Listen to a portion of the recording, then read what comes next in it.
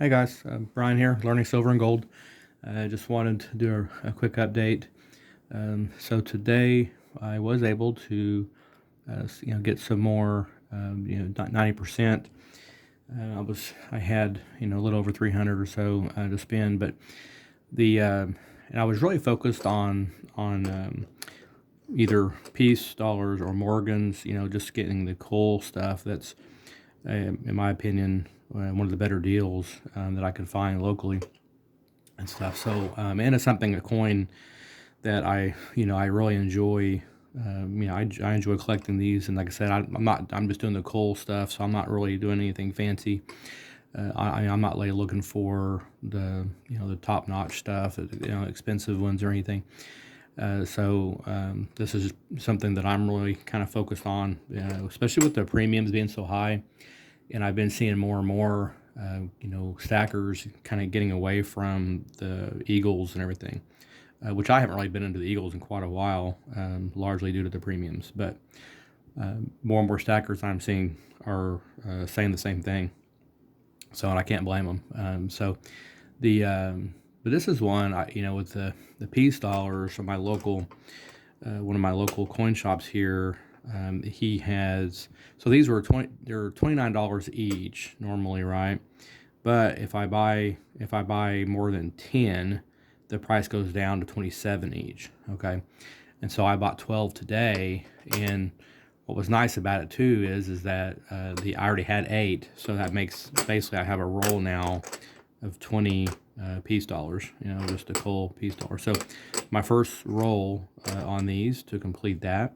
I already had 8 of the Morgans and stuff too. So eventually I'd like to get a completed roll of the Morgans eventually, just the Cull Morgans. And so that's another goal. Although those tend to be a little bit more, I think even on the lower end on his, usually they're 32. I don't know the price break, maybe probably $30 or so. But yeah, so it's definitely a little more premium on the Morgans, and since I'm going more for really just a barterability, as far as this 90% silver goes, that's really my main focus on it. Then it's definitely a little bit harder. It's definitely more affordable to go with the Peace dollars and stuff. So like I said, I still like to get a roll of those kind of as I can as well. But the Peace dollars make a lot of sense in my opinion. And I do love the Mercury dimes. I mentioned that in terms of 90%, and even the Walking Liberty, the half dollars, if you can find them, and those are quite nice. Those would be something else I'd like to kind of get more into at some point. Would be the Walking Liberties. I have a few, but not that much. So, but yeah, so this is kind of an update. So I got a completed kind of a roll of the Peace dollar, into my stack now. I'm happy to have, and something I don't know. I kind of think when I, just in seeing these and like, I could really see these possibly being a really good part of, as the economy deteriorates here in the U.S. and probably around the world, as the dollar fails more and more, this is something I could see possibly develop as a local currency, as a real currency on a local level. And we know historically, as the economy deteriorates and as money becomes, or what they call money, but as the fiat currencies become worthless, historically we know that things become extremely local. Okay, so the exact opposite of what people would term as globalism, ultimately happens in economic hard times. And so the thing comes down to, on a local level, what are you able to barter and stuff becomes a priority. So, this is why I really like these. And like I said, Mercury dimes could be a good option, and even the half dollars. and stuff too. Any 90% basically can be a great option. So, but to me, stuff like this really stands out to me. That but again, at the same time, it's still it's American. When you're dealing with cool stuff, you're not really you're not really dealing with a lot of fakes, things like that, for out of China and stuff. So it's I don't know, just seems like it's less risky in that sense, especially if you're dealing with coal stuff. I'm not trying to find some top notch thing that could be a fake in disguise. So, but I could see these, on a local level, as needed, being able to take, one or two of these and give it to a local farm, for a carton of eggs, for example, to help feed your family, or some crops of some kind, or something else, maybe even buying a chicken, giving them a stack of these and getting a chicken in return, so you can actually have your own eggs and stuff. So that's something I could see. And I did want to bring up too. I've got like one or two of the goldbacks, and I don't know. I got it a long time ago, back when I first got into this. But the goldbacks is an interesting concept, and I understand the concept in but it's supposed to be made for currency. Okay, actually gold in the actual bills. There's a small trace amount of gold. Okay, so, but I will say, in researching it, I mean, the premiums are quite outrageous for the amount of gold that you get in those. And then on top of that, the extraction process of the gold is way too complicated and intricate for an average layman. Basically, you would never be able to reclaim your gold out of it, from my understanding. So with that in mind, I don't. My hope was initially, I thought I had some more hope for goldbacks when it first came out. I thought that was exciting news, an exciting product, really beautiful to look at. But as it's been out more and there's been more reviews and stuff about it, and kind of understanding it more, my thought is it's just not going to work. It's just not going to make sense. And I think I think they're too costly to produce is one of the problems, from what I can gather on the goldbacks. I think they're just too costly of a process, and stuff. So anything, and that goes along with anything really, that anything that's too expensive, to continue to process. Well, I mean, it's just going to be harder and harder to keep up, production, and especially, what happens, in an economic crisis, if as we see, energy prices, soaring, and what happens when things like start doubling and tripling overnight. Then all of a sudden, the cost would even go up even higher to even produce things like that, to keep up with the production of it. And so you could come to a point where you're not even going to be able to, make any more. It wouldn't make any sense economically to produce the bills and stuff. So, and then not to mention, if they run out of gold, which we've seen, there's been some major bank purchases of gold. Major countries, and states like Texas has bought gold over the years and stocked up on gold. Individual users are buying gold more, constantly. So, we see this more and more with the precious metals. So at some point, we could come at a situation on things like the goldbacks where they just may not have enough, and that could even happen with coinage as well, with things like eagles and stuff, and just normal bullion especially, that could happen. So, but and then I've been reading a book on the Age of Deception. It's an older book. I think it was published in 2014 or 15, and he mentions in there about the energy and how the basically the cost of energy.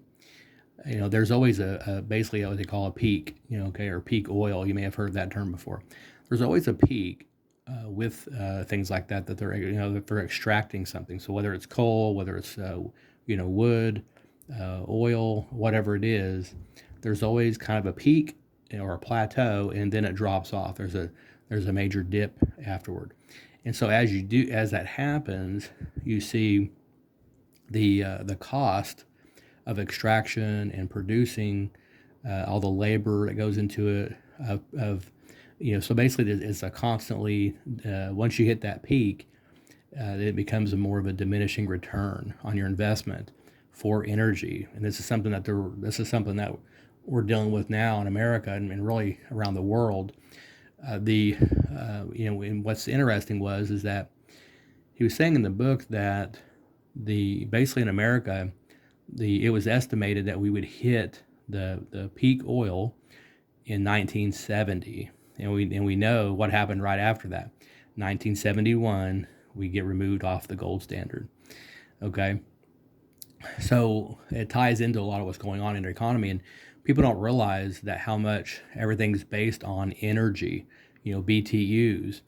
Everything, the whole economy is built around energy and oil and gas and stuff. So it's all built around that. I know everyone's talking about go green, all this, but at the end of the day, it's still all it's all energy. But what he was saying in the book too is that what's happened is it's not that we're running out of oil. It's not about climate change and all that. It's really the oil that helped build this country was light, sweet oil. Okay, it was a different type. It was a much easier oil to extract and process. Okay, now since then that's run out. Now we're dealing with more crude and more like stuff that's like tar mining and things like that. That's much more difficult and much more expensive to extract, and so that increases all the cost to get it out, to process it, labor cost, and all that stuff goes up. And so the problem is oil once as the cost increases, it gradually it becomes less and less of an advantage for an economy and for a nation.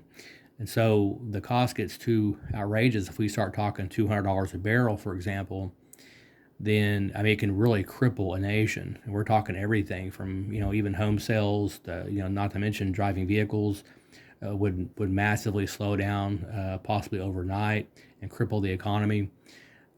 Just deliveries would be very very would be like super costly and difficult, and probably would come at a screeching halt. So you think about in terms of energy, the nation would be in major trouble with oil and gas at $200 a barrel, and that's kind of where we're headed, honestly. And there's probably no stopping it at some point. But this is why I think we're hearing all about the green stuff. They're trying to implement green, but we don't have the infrastructure for a lot of that.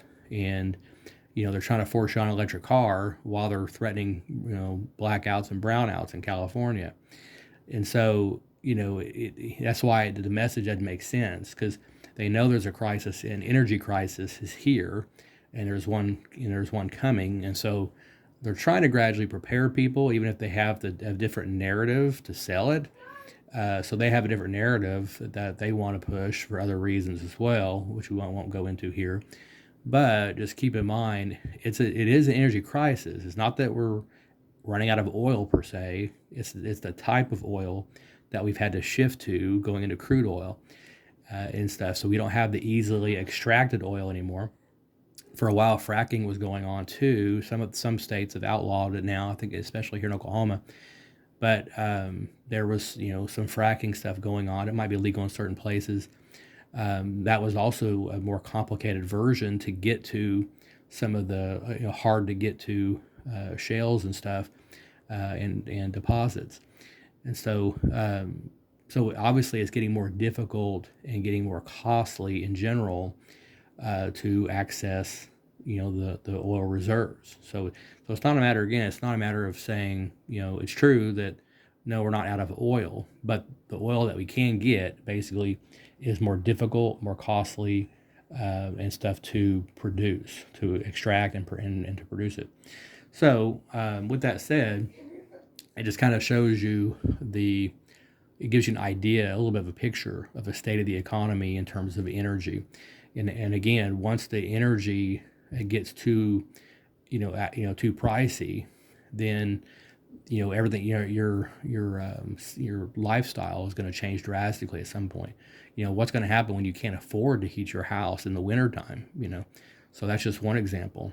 So then you have to find other sources, i.e. firewood, coal, things like that on a local level, right? Well, what happens when the government, though, at the same time is coming down on you for what they're trying to label as carbon emissions? Okay, so now all of a sudden I can only burn, so much coal or wood in my fireplace. Are you going to limit me on how much I can burn to stay warm? And then what happens if it becomes, a life-threatening situation due to below freezing temperatures, things like that? You're gonna, so on one level I could die, on one level I can break the local law. So there's a lot of issues that go into that, that type of thing. If the government is going to try to use the carbon emissions and limit people on their energy when we've been so spoiled, especially here in America and in the West, that it's, you can imagine changing pretty quickly on our lifestyle. Basically, all of a sudden, like I said, driving, at some point, driving may not make sense. It may, imagine it being too expensive to drive somewhere, like literally. And people deal with this now. I mean, people deal with it. Luckily, I've not had that issue, being more in the middle class that I am. But people that aren't, that's walking is normal, or riding a bicycle is normal. And that may be something we need to be ready. I was even thinking about, I need to make sure I fix my bike up and make sure I got my tires aired up and all those kind of things.